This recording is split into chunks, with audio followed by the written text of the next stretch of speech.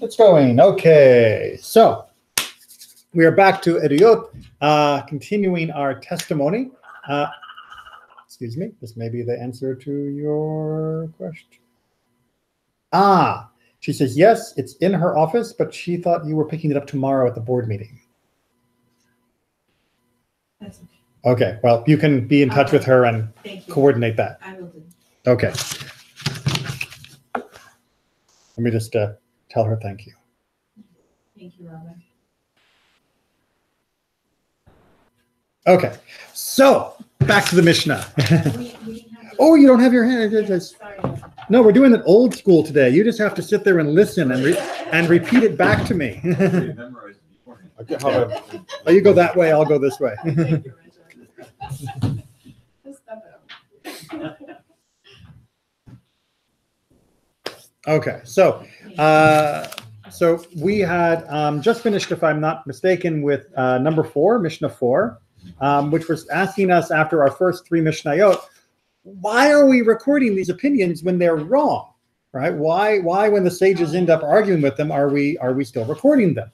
And so, we talked about the idea that it's important that even these greats would be willing to bend their opinion to compromise and to understand that someone else may have a more accurate opinion, and to make sure the law was correct rather than to defend their honor by saying, I'm right no matter what. So with that in mind, we're going to continue in Mishnah 5 with some other questions about why we're keeping these opinions that we might have thought we would throw away. And this is a relatively unusual characteristic of Jewish law. If you read through a law book in America, I'm pretty sure, I think you're probably the person who studied law most recently. When you were studying real estate law to get your license, did they include all of the opinions that had been rejected? No, by the Supreme Court, yes. The Supreme Court does, exactly, which is where we see unusual American law, where you actually keep the minority opinions, the dissenting opinions. But for the most part, most of our law books are full only of the, in quote, correct answer. And for an average person, it's hard to find what the arguments were about the law before the law came out. In Judaism, we consider those arguments about the law as the law was being formed and being debated as being critical. They're not extra. They're not something we want to edit out. They are kind of the point. And in fact, for those of you who have studied about Jewish law codes like Mishnah Torah and the Torah and Shulchan Aruch, it was very controversial to reduce Judaism to the answers and to remove the argumentation.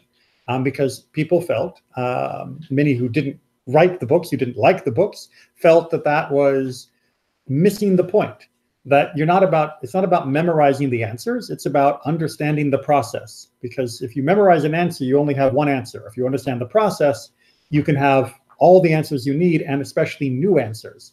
And also, you'll understand the answer better if you know the process. It's like in math class. You can memorize that 2 times 2 is 4, or you can understand why 2 times 2 is 4.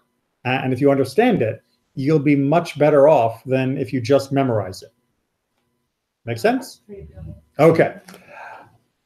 Mishnah 5. Should we just keep going around the table? Again, people are always welcome to pass. If your voice isn't up for it this evening, you've had too many pumpkin spice lattes or whatever. Richard, you don't mind starting on this side, do you? No. Number 5. Number 5. And why do they record the opinion of a single person among the many, when the halakha must be according to the opinions of the many? Right. So here's another topic. Right. Not only why do we record the opinions of the greats when they go down, but why record the opinions of anybody as an individual when we know the individual loses against the majority? Right. If there's one guy in court and he says the answer is, left, and the rest of the court votes that the answer is right, why would we record that he said left? Oh, you do glasses. Okay. So why would we record that opinion? All right. So answer 1-ish. So that if the court prefers the opinion of a single person, may depend on it. All right. So very, very controversial answer.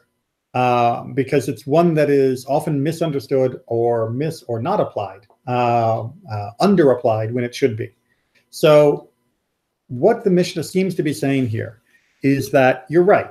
Today, the opinion of Rabbi A is not the opinion of normative Judaism, of the regular form of Judaism, because regular Judaism, we went according to the majority, and the majority says something different than what Rabbi A said.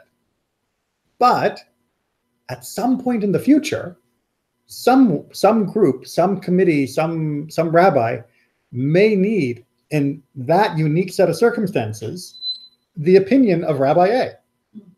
And if we didn't have Rabbi A on the books, we wouldn't know that it was an accepted opinion within Jewish tradition, even if it wasn't the opinion that was generally being followed. Right? And that distinction is really hard to make. Right? So when do you get to just jump on the minority bandwagon, which isn't the bandwagon? When do you get to pull out a minority opinion out of nowhere and say, we're using this now? That is where it gets more complicated, of having the wisdom to know when a minority opinion is now the correct opinion for your community or your larger group. That's not something that you can just program into a computer. That takes wisdom and discretion and care and study and reflection and all the things that are meant to slow it down. What the rabbis here are saying is that they recognize that the minority opinions are also right. They are not wrong, they are also right, but they're not the right path that we're following. They're a right path, but they're not the right path that we are following. And that means if there is a need, which again is very hard to pin down of exactly when and how that might be necessary, but if there is a need, someone could follow that opinion and they wouldn't be wrong. Right? It wouldn't be normal, but it wouldn't be wrong either. And understanding, admitting, acknowledging that there is that weird zone between right and wrong and not wrong, but not what we do, it is a very dramatic statement for the sages to make. Questions on that? I feel that we learn the minority in order to see that questions that we have and comment, they are already took it under consideration before the decision. Hold that opinion. We're getting to that in just a second. It's not in this Mishnah, but I believe that's in the next one. Yes, but that's going to be in Mishnah 6. But in Mishnah 5, we do get a second opinion, if you will. But I want to make sure we understand this idea that a future court might need to rely on a minority opinion. And so even though it's the one that loses today, that doesn't mean it is an invalid opinion. Again, one of the things to bear in mind is the nature of the rabbinic understanding of the Masorah, of the tradition, in that if my teacher taught me, ruling A, like I was part of Beit Shammai, and I follow what Beit Shammai said. We have Hanukkah coming up, just soon, right? So Beit Shammai, they said we should put all the 8 candles in to start, and then each day we should take one of the candles away, right? Obviously, that's not the opinion that we currently follow. If there was some reason why that was the more appropriate opinion for some other circumstances, and I did it, I could rely on his opinion. Because after all, he was relying on the opinion of his teachers, who relied on the opinion of their teachers and on their teachers. And yes, it may have been that at his generation, the court finally voted and said, that's not how we're going to do it. But that didn't mean that the way they had been doing it was invalid. It just meant it was no longer the accepted normal practice. I'm curious, was Hillel then the opposite of that, or did he also follow that same opinion? I was just curious. He was the opposite, which is to build up. But it's actually, again, a good example. The halacha technically follows neither of them. Right? I know that we do the Hillel method. We're not actually doing that because it's the halacha. We're doing that because we're going above and beyond. The halacha is you light one candle. Done. Right? If you light one candle for Hanukkah, you have fulfilled the mitzvah. But it is considered praiseworthy to do more than that. And that praiseworthy step is the one that follows what Hillel does. So any night. Yep. Any night. So if you forget for 5 nights and the 6th say, oh, now I have the time. Yep. It's okay. Well, you shouldn't have forgotten the other nights. No, but just going to the extreme. Yeah. So first night you light one candle. Second night you light one candle. Third night you light one candle. Eighth night you light one candle. You light every night, but only one. Yes. Not the Oh, yeah. Yeah. You light. Yes. Yeah. I thought that. No. You light every mean, night. Like you don't light any candle the first, the second, the third. No. Yes. You light one candle each night, but you only light one. You only need to light one candle. And again, that's it's off topic, but it's an important instruction, because let's imagine that you are very, very poor, and you don't have enough money, because candles are cheap now, but they didn't used to be, and oil was very important and not something you could just burn away, for free. If you only had enough oil to light one candle, then absolutely you can still do the mitzvah. And you shouldn't stretch the oil for 8 candles if now you don't have enough oil to burn long enough for the mitzvah to be performed. One candle in the right space, right? On The construction of a menorah for Hanukkah, what people call a Hanukkah, that is totally optional. You could take one candle and stick it on a plate, and that's good enough. And that's good enough, right? The mitzvah is actually very, very minimal. The way we celebrate it, because we want to do more than the minimum, we do, the whole menorah, and we light all the candles, and we do it, as you say, in the right order, and we build up and we light, and all of the ritual of Hanukkah is a beautiful celebration, and I'm not discouraging it. I love Hanukkah, and we do that, every night with joy, and we have a different Hanukkah for each member of our family. So, we've got just fire everywhere. Yeah, a lot of candles. It would be different if we didn't have, a good income, and it would be different also if we didn't have cheap candles. Actually, oil in some ways is cheaper if you can it's easier if you can afford it. It's just messy. But, if you were in a situation where you couldn't, then we can rely on that opinion that says that is the minimum halacha. And that's not a minority opinion. That is the majority opinion, is all you have to do is one candle. So why are we relying on the others? Because there might be a situation where we need them. And we might be a situation where we want to say this wasn't a wrong opinion. This was simply the opinion that was voted down. Yes. So the Mishnah 5. Yes. This is the tool that the conservative movement use in order to adapt the halacha a little to the change of times. Occasionally. Most of the time, no. Most of the time, the conservative movement uses the regular tools of psak halacha, of making halachic decisions, which is to say, to review the literature, to review the chain of accepted she'elot tshuvot and halacha up to this point, and to see, given our current circumstances, how best to apply the Masorah up to this point. Only rarely is there any reference to a minority opinion as being relied on. Sometimes it'll be used as instructive, of saying there is a minority opinion that says what we say, but we can get there through the other methods of halacha as well. So it's not eagerly embraced because it is.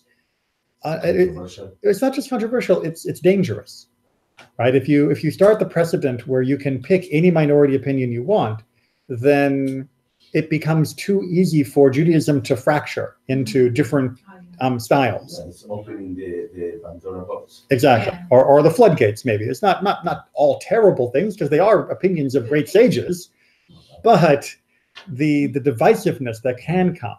As you can see, it was already hard enough to get Beit Hillel and Beit Shammai together. Imagine if you had 300 different opinions. So it's not something that we like to rely on exclusively, but it will often be used as part of the reference material for how we know that our opinion is valid, even if we get to it by different methodology. To point out that it's not totally out in left field. All right. Part B. So part B. Let's do a second sentence. Oh, sorry. Before we get that, yeah. So the use of Tosafot in the discussion is for the same. You mean Tosefta? Tosefta, Yeah. because Tosefta are all the minorities. No, not exactly. The Tosefta is essentially an alternative collection of Mishnayot. It wasn't created to be the opposition to the Mishnah. It was created to do the same job as the Mishnah. It's just, it wasn't the edition that won the popularity contest. So that wasn't included, meaning it was excluded. But they overlap a lot, right? If you read the Tosefta and you read the Mishnah on most topics, they're in agreement. Sometimes there's a little bit more detail, not more information, but more detail in one or the other. Sometimes additional opinions will be included in one that weren't included in the other. But the basic halakha, you don't find differences between them. And where you do think you find differences, the sages try to reconcile them. So I always thought it was minorities' opinion that were excluded by the Nasi, that now they bring it them in order to reinforce or do a different approach. So again, it comes back to the idea of what is the Mishnah, right? And the Mishnah is not the verbatim speech that God gave Moses at Har Sinai, right? When God gave the oral law, Moses didn't write that down and didn't memorize it word for word. He memorized the content, and then, like any good teacher, shared the content with Joshua. Joshua shares it with the others, right? But every time they share the content, the packaging changes. And the Tosefta is an alternative package for the same content. But it wasn't considered the ideal package, right? The package of Yehuda Hanasi, the Mishnah, was considered to be a more elegant, a more efficient, a better package, but believed to be the same content. And the same thing goes for the other, what we call Braitot, the other texts that are found in the Talmud, where someone says, well, I learned from a Tana, from one of the rabbis of this time period, and it's an additional piece of information. And it will be parallel to the Mishnah, not in opposition. It's parallel, but it's worded differently. It gives a different example. It's the same content, different packaging. But we had to settle on one package for the Mishnah, and this is the one we got. Right. All right, now the second sentence.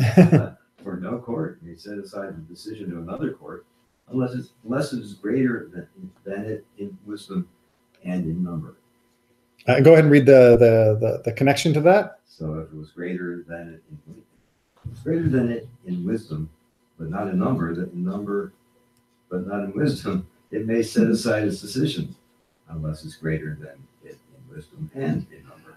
Okay. And the end Is the number referring to the amount of people that agree with it, or? Oh, so this gets controversial. The number of members of each court. All right, so here is the big question, right? If I need number, right, and I need wisdom, and it has to be greater in both or greater in both cumulatively, right? So it's a little bit, well, it's open to interpretation because every line of the Mishnah is open to interpretation. But the basic idea is if the majority of a previous generation voted and said the halakha is going to be A, and then the next generation, there is another court that wants to say, I think that interpretation was incorrect, right? The halakha should be B. We don't let them overturn formally what that previous court decided, unless it is greater in number and greater in wisdom. How that gets determined is a little bit complicated because, for example, every Sanhedrin had the same number of people. So how could you ever be greater in number? I mean, yes, a mid-level court can be overruled by a larger court, but a Sanhedrin can never be overturned by another Sanhedrin. Or if it's equal in number, but greater in wisdom, and how do we measure wisdom? I mean, what if we had a court of 10, and then we have a court of 20, but were the 10 people smarter than the 20 people? Right? So this becomes a very difficult position, which is why for most of Jewish history, we haven't used this formal pattern for overturning rulings of previous courts, except for like straight up appeal type courts in the ancient world when the Sanhedrin was still there, where they made a decision at one court and somebody says, whoa, that's wrong. And then they wanted to get the higher court to make a judgment on it. For the most part, we haven't used this official pattern. So when Rambam is trying to lay out halakha, he doesn't say there's more of us and we're wiser than the court that came before us. They use the normal tools of interpretation, the normal tools of analysis, of logic, and of halakhic flexibility to make decisions that might look like they're overturning a previous court, but not officially overturning a previous court. And this is what has made halakha both flexible, but still attached. Right? You don't end up with court after court after court rejecting the previous generation. Everything is still strung together on the same string of beads. Even if it looks like this one doesn't match that one, the string together does mean that they actually flow and follow. So in order to reinforce that idea is the concept of the previous generation were more wiser than us. So the idea of, what's that called? Yeridat Dorot, right? The descent of generations. So there is a principle in the Talmud that says that the generation of Sinai, right, even like the worst of them, was better than Rabbi Hillel, right? That the guy who was there at Sinai, he saw more than any prophet saw, right? So the water carrier saw more than Elijah. And they had this idea that the earliest generations were spiritual and intellectual giants, and that every generation since Mount Sinai, we've been getting weaker and weaker and weaker and weaker. So that is absolutely true, except the halakha also always follows the last opinion. So if you have a discussion in the Talmud, for example, and the Mishnah says this, and they're arguing about it, and in the Talmud you have a couple different generations. Right? The Talmud wasn't written by one generation, it was written over multiple generations. The opinions of the later rabbis in the Talmud are the ones that make the final decision, not the opinions of the first generations. Why? Because the later generations knew what the first people had said. The first generations didn't know what the later people would say. Right? So the later generation has more information. This is basic scientific methodology that we still use today.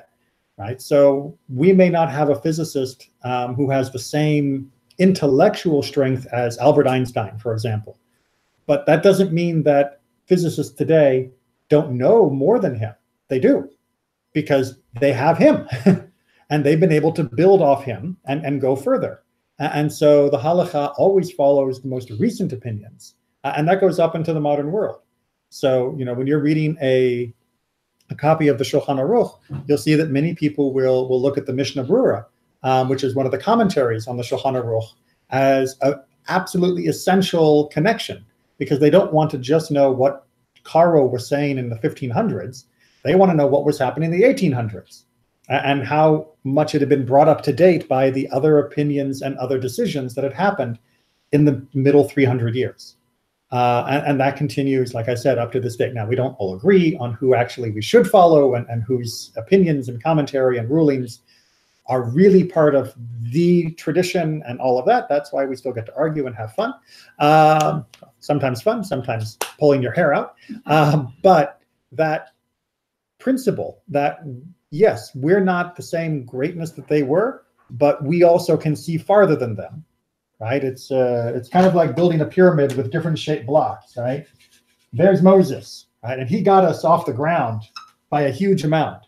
And then there's, Joshua, and he got a lot, but not as much as Moses. And then, you have the prophets, and then you have the sages, and then you have, Rambam, and then you have a few more people, and we're getting smaller and smaller and smaller, but these people are still higher off the ground than Moses, right? They still know more than he could have known about their situation and about all of this, because he wasn't alive for that. Again, it's a very complicated. Moses, being a Navi of the highest caliber, of course, understood everything that would come later, but that doesn't mean that he was actually there for what came later. So it's complicated. It affected every generation. Right. So even though we think of ourselves as being less, we also have greater potential. It's simultaneously uplifting and depressing.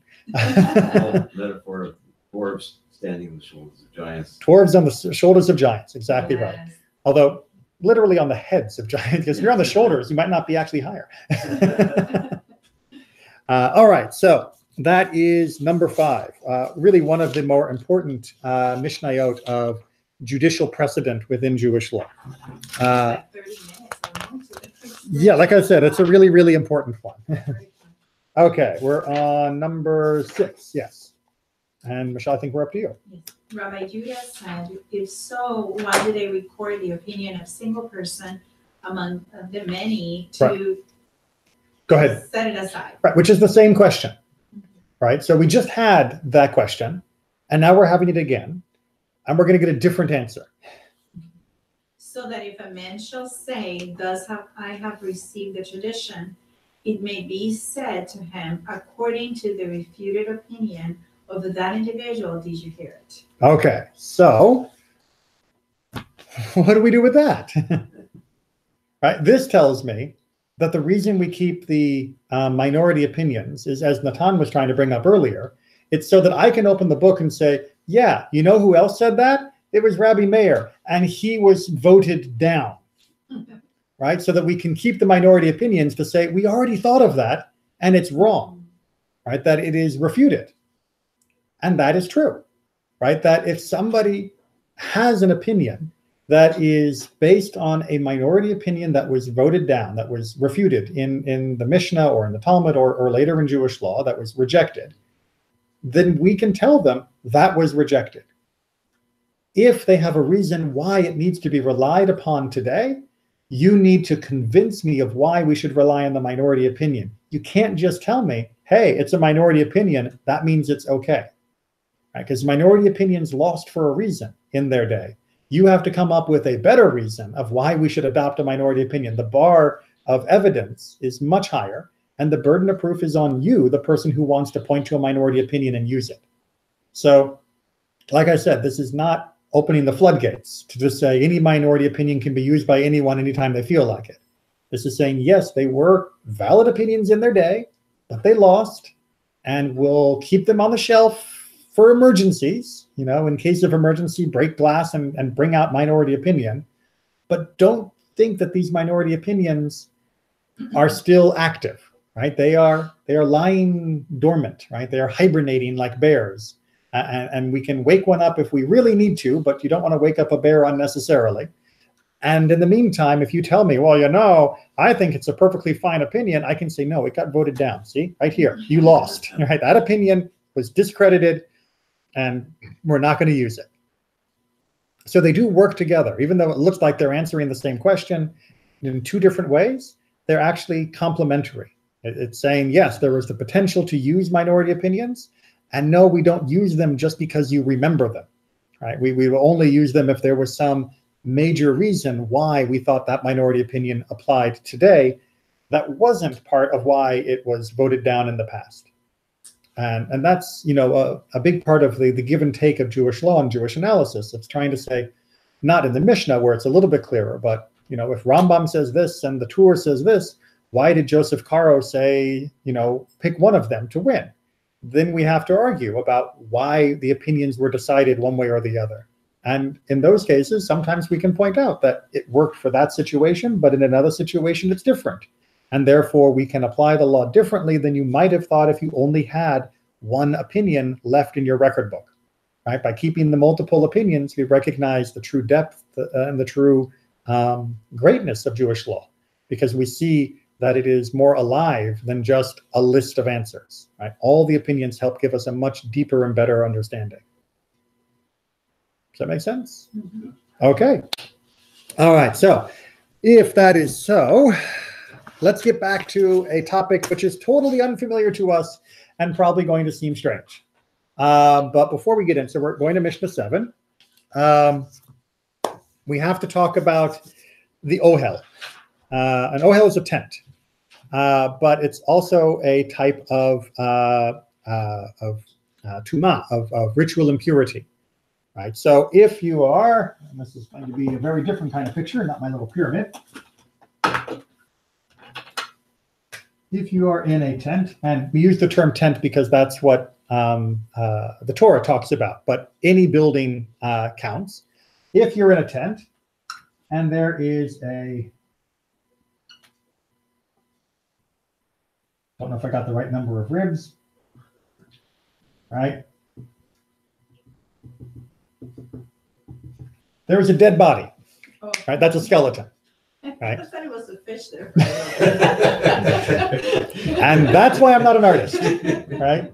I can see, yeah, it's swimming that way, yeah. So, hold on. That's a fish is not a problem. It touches you. You're not getting. All right, there. Now it's a skeleton. So if there is a skeleton, a human body skeleton, right? It's important, not a fish skeleton, right? If there is a skeleton in the tent, then let's get a non-skeleton color. And we'll do, it's not an artist. There, a pot, okay?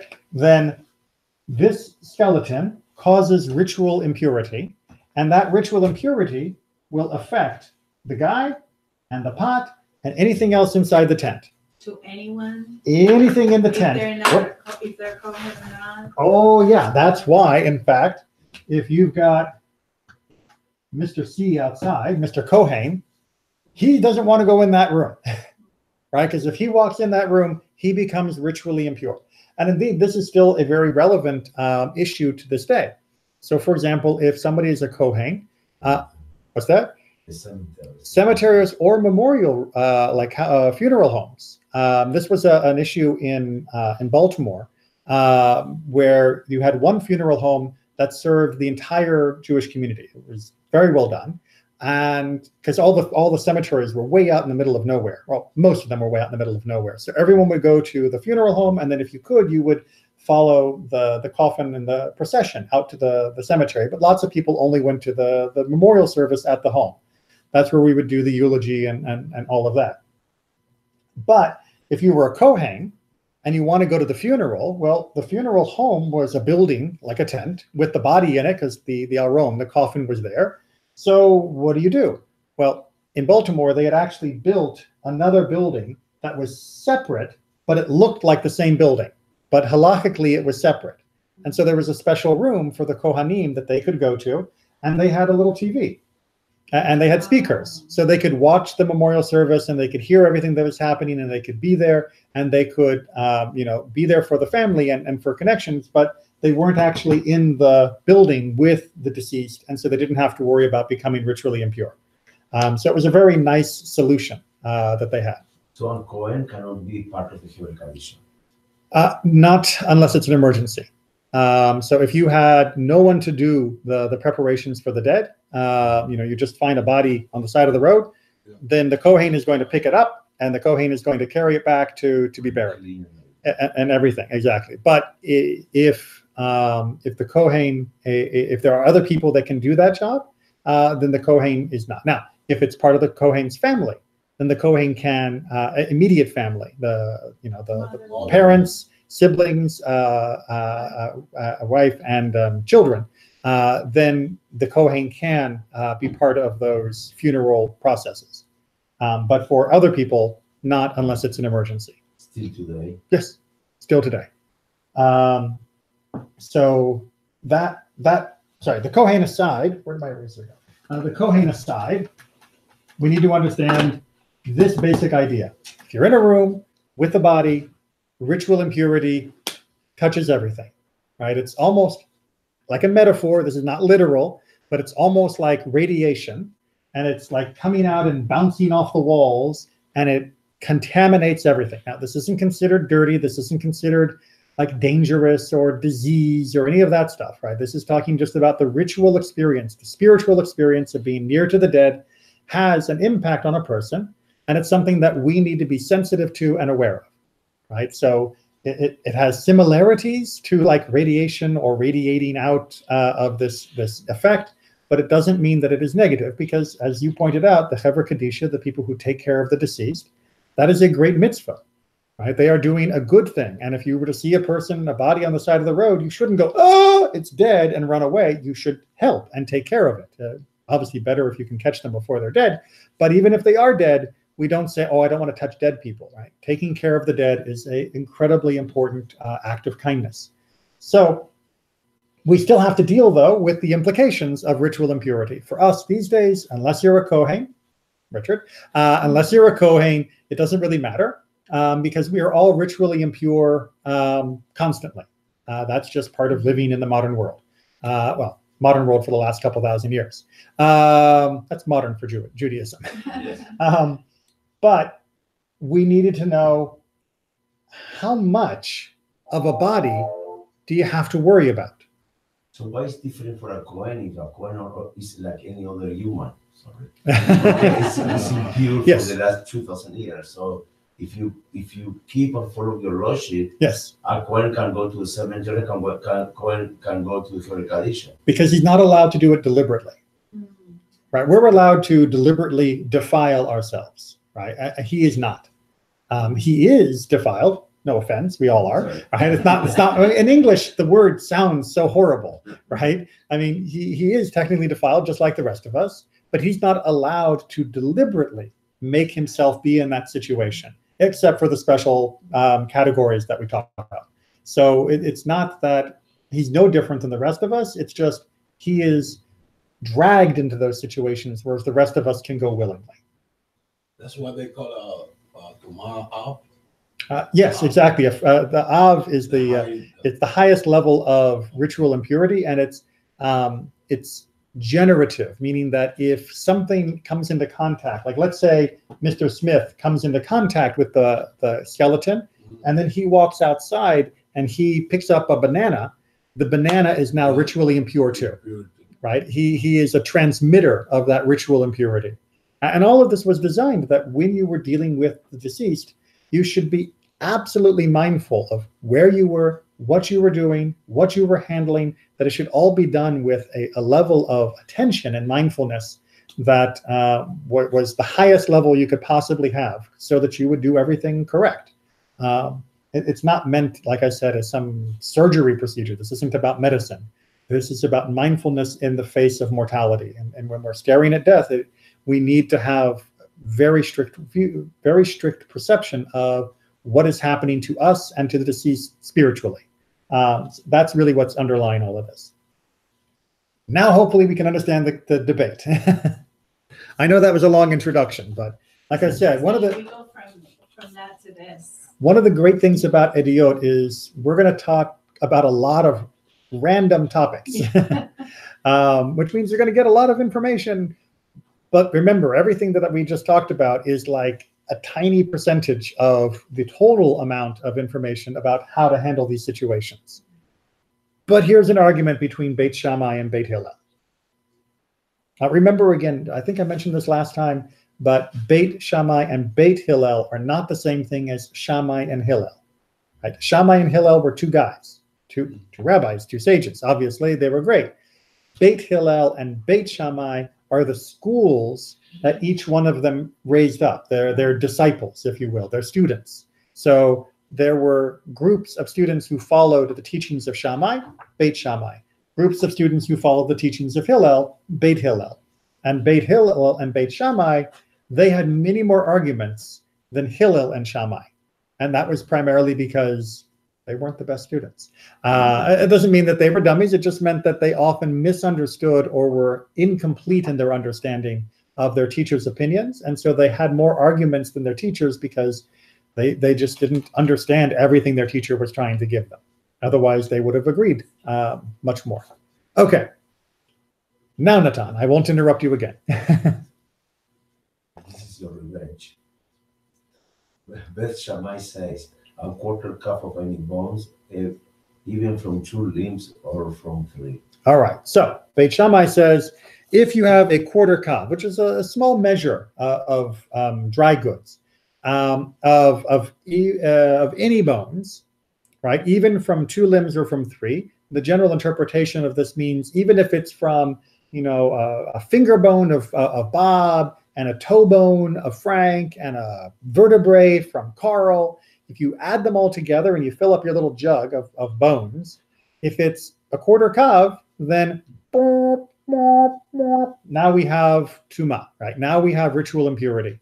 But if you're in the tent and you find the finger bone of somebody, it doesn't affect the whole tent, right? If it's a tiny, tiny amount, it doesn't affect.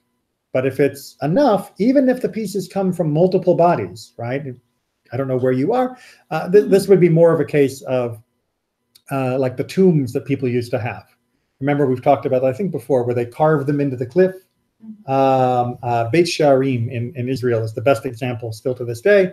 And you go in and there are places where the different bodies would have been left. So you would have some bones here, some bones there, some bones there. And if there's like a little bone left over here, a little bone left over here, a little bone left over here, if you added all those up and you have a quarter kav, Beit Shammai says the whole room is like an ohel. And yes, you are now, anything in that room, especially the people walking around, are ritually impure. Good. That's Beit Shammai's opinion. Beit Hillel. And Beit Hillel says a quarter cup of bones from a corpse, either from the bones which from the greater portion of the body is built, or from the greater portion of the number of the body's bones. So we have a difference opinion here, which is the same measure, quarter kav, right? That's the same amount. But Beit Hillel is saying the bones have to be like real bones, right? From like the thighs and the legs, or the torso, right? And the shoulders and hips. They need to be like bones. We're not talking about your tiny pinky finger bone, right? That bone doesn't count. That's not a bone that can group together to form enough to be called ritually impure.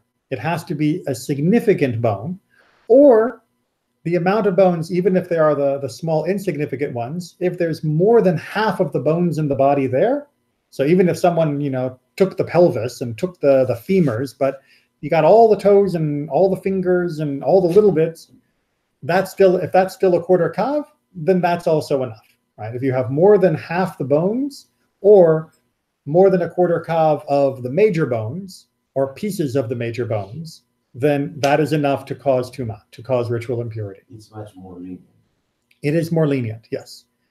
Because he also had the opinion that they all had to come from the same body, right? So if you've got a pelvis from Carl and you have, all the ribs, or I don't know about all the ribs, you got a couple ribs from Frank and you've got a couple ribs from Sally, those don't add together according to Beit Hillel, right? It has to be from one body. So what is the difference here? Because there's a very deep philosophical difference between the two of them, right? What Shammai is basically saying is bones equal tuma, equal ritual impurity. What Beit Hillel is saying is body equals tuma, right? That it's not the bones that cause the problem, it's the body. And if you don't have a body, meaning you don't have a person, the remains of a person, but only have bits of dried, stuff, then that doesn't count. Whereas Beit Shammai is saying, no, it's not about the identity of the body. It's about the actual pieces. And then if the pieces there are sufficient, then yeah, that's no good, right? That's causing ritual impurity. So their argument is not about the measure of quantity. It's about the measure of humanity, of what is it that we are worried about. Are we worried about the body of the deceased, or are we worried about the remains of the dead, of multiple dead, or of different quantities of dead? Both of those are fine and legitimate opinions. Not like one of them is more humane and one of them is more, cruel. There's not like that at all. It's just a very interesting discussion of what really makes a person and what really should we be sensitized to when it comes to the dead. Does that make sense? Okay. So, yeah. Question, not exactly related, but I was thinking a little. How could An Cohen study medicine? A doctor. Well, it cannot be near anybody, any bone. Okay, so first of all, until a few hundred years ago, that wasn't an issue, right? A Kohen could be around the people because they didn't do dissections. They didn't have bodies for doctors to study with. That only began in the late Renaissance. Prior to that, you weren't allowed to go near a dead body. However, not just doctors, but in general, how can Judaism allow in the modern world for people to study with corpses, right? Not just because of ritual impurity, but any Jew knows that the improper treatment of a body is considered a grave transgression. Get it? Grave transgression. Thank you. All my best material. Just trying to add a little bit of a levity to a serious subject. So, for example, what's that called? There's a museum exhibit that goes around where they have body works or something like that, where they've taken human bodies and they've cut them into different pieces or taken all the skin off, and then they soak them in like a plastic so that they don't rot, but you can still see, and it's like, this is a lung, and this is your arm with no skin on it, but it's not a model, it's a real body that is there in the museum. And almost every Jewish authority I've ever seen says, no, you do not go to this, because to put a human body on display just for amusement, just for interest, is not permitted at all. Right? We are not allowed to benefit from corpses. It's just not permitted under Jewish law. They need to be buried respectfully, promptly, with kavod, with honor. However, the exception is made for medical need, right? If the study of the body in a proper scientific and well-controlled, regulated, and respectful circumstance is going to help people save lives, then yes, we do allow for the use of bodies for study, even for Kohanim, even for Kohanim. Now, I think there are some opinions who disagree regarding Kohanim, but I think most people agree that we always need more doctors, and since this is a essential form of training for most doctors, that it is something that is permitted. The first year that's in right, school, because they we have have a quite a box few of Kohanim. bones. Yeah, I think to most take of our home to study them. Kohanim are happen to be medical professionals. And then there was dissection 3 days a week, Mm-hmm. first thing in the morning Well, because for we've 2 hours. figured out as a human species that understanding how our bodies work makes a big difference. Yes. It makes better doctors, and then we don't die, and that is considered to be a good thing under Jewish values. Let's just get the last text here from Shammai. Shammai says, even from a single bone. Right, so he wants to say, even more than Beit Shammai, we have an opinion that was passed down from Shammai himself, that even if it was just a single bone that was of this measure, even if it wasn't the whole bone, but just part of a bone, but it was that amount, then you still need to empty the room, right? The whole thing has become ritually impure. Who won this argument, Mother? Beit Hillel. Unless otherwise stated, Beit Hillel always wins. There's a whole discussion in the Talmud about why that's the case, which we can't really go into here, but it had a lot to do with Beit Hillel being more respectful to Beit Shammai than Beit Shammai was to them. And therefore their opinions were given priority, because the general assumption, I wasn't planning to go into this, we'll study it in more detail another time, but the general assumption was that the more respectful member of a debate is the one who has actually been willing to learn from the other person, and therefore when they make their conclusion, they have honestly and thoroughly considered the alternative point of view, right? Whereas the person who didn't consider the other person's point of view, their opinion is not as well developed, right? That we don't know that they have really analyzed their opinion in light of their opposition. So I know nowadays, especially on the internet, the argument is won by the loudest person who never admits that they were wrong and never admits that they learned something from the debate. Is just keep shouting over and over again and repeating your position and refuse to admit anything. That's not Judaism. That's not Judaism. Right? Judaism is, you make a good point. You know what? The way you describe that, that's kind of important. And I can see why you have your opinion. I still agree with mine, but let me explain to you mine in light of what you have said. That's the Jewish way of having an argument. Louder than that, we do still shout. Nothing wrong with a good passionate debate, l'shem shamayim, for the sake of heaven. But we try to hear the other person's point of view rather than talk over the other person's point of view. I thought because they came from the Beit Hillel, Yehuda Nasi and Rabbi Akiva, all of them were Beit Hillel. That's why. Yichus doesn't give you the authority, right? It gives you a good position in the community, to have that nice lineage, but it doesn't mean everyone agrees with you. In fact, there's a beautiful passage written by Avraham ben Moshe, which is Rambam's son, where he says, anybody who makes an argument that says this is only because of who said it, the authority of the person, doesn't understand Jewish law. Right? You have to provide proof and evidence and convince people of the rightness of your position. You can't just say, my position tells you have to obey. What we learned last week. Exactly. I mean, that is the core of Jewish law. Sometimes different communities forget that. Sometimes different individuals forget that. Sometimes people want to be king and have no one argue with them. And certainly the world around us, as Mel Brooks says, everybody wants to be king. It's good to be king. But that's not the Jewish way. Right? The Jewish way is, I don't expect you to agree with me because I told you so. I expect you to agree with me because I explained it so. And in the end, sometimes you may have to say, well, you know what? I can't quite understand this because I don't have as much training or I don't have as much background. And so I will accept your opinion today because you have more expertise, just like going to a doctor. The doctor says this is the best medicine. I don't have the training to really argue usually. And so too when, dealing with a rabbi or other teacher. But theoretically and ideally, you would understand why the teacher was explaining it, and the teacher needs to be able to explain it, not just say, because I said so.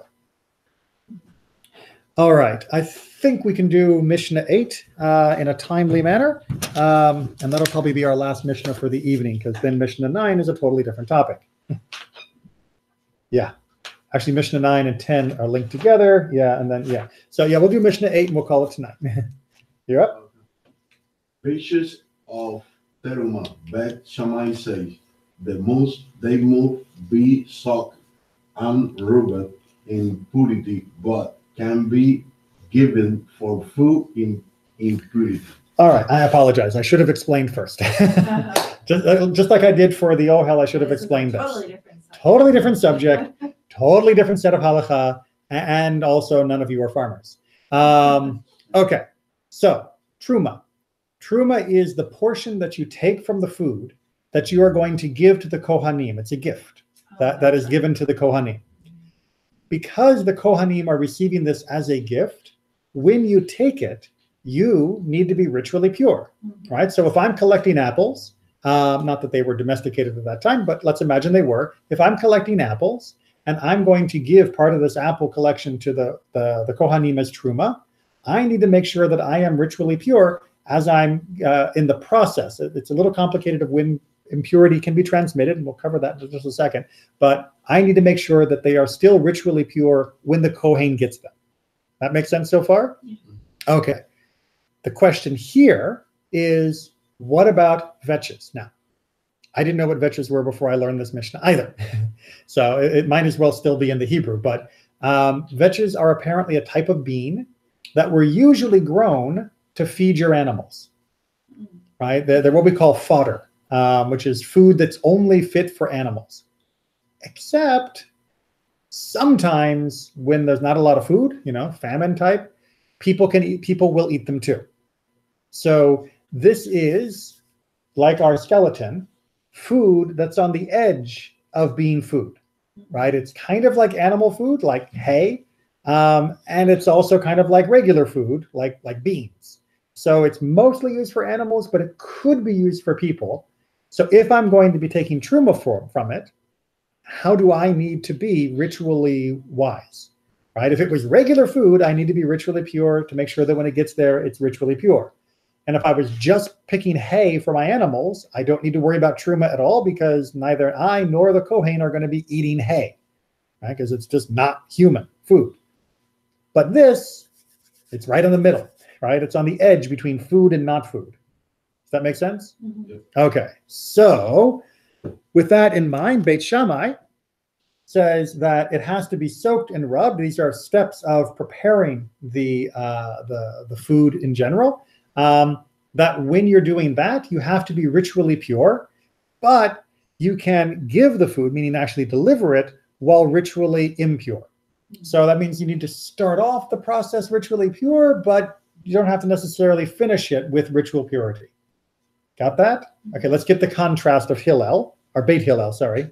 And Beit Hillel say they must be soaked in purity, but can be rubbed and given for food in impurity. Okay, so because Beit Hillel is a little bit more lenient, he says, yes, while you're preparing them, you need to soak them while they're pure, while you're pure, because you might want to eat them.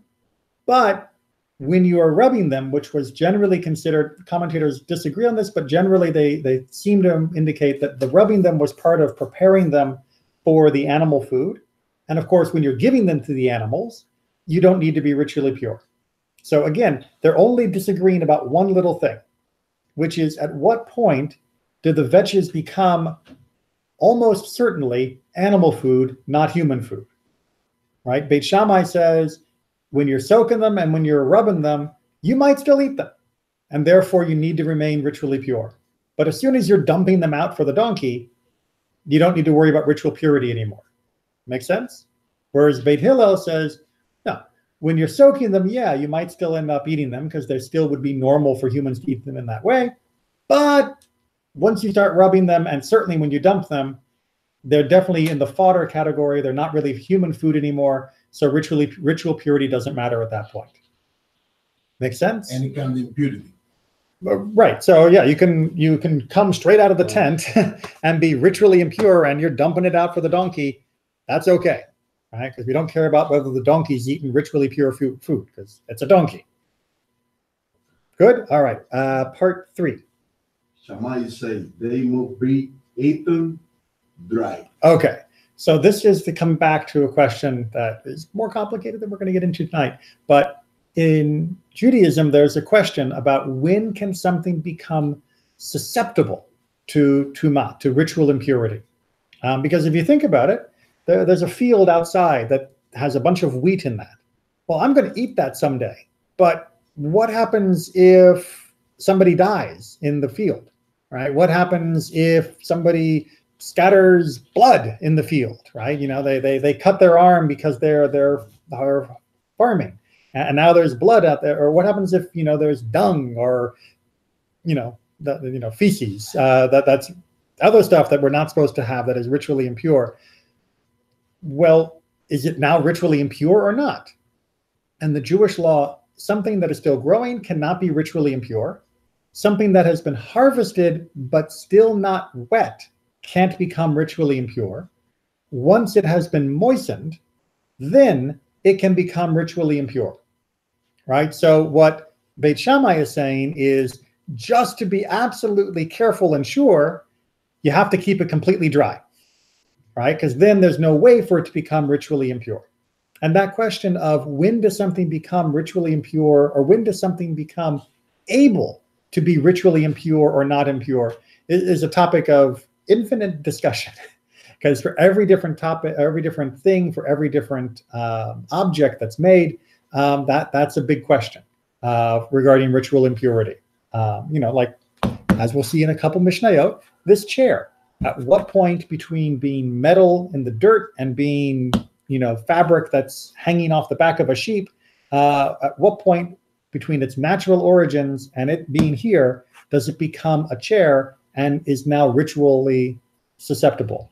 And at what point, when I begin removing pieces of the chair, is it still a chair and susceptible to ritual purity? And at what point does it become junk and therefore not able to be made ritually impure?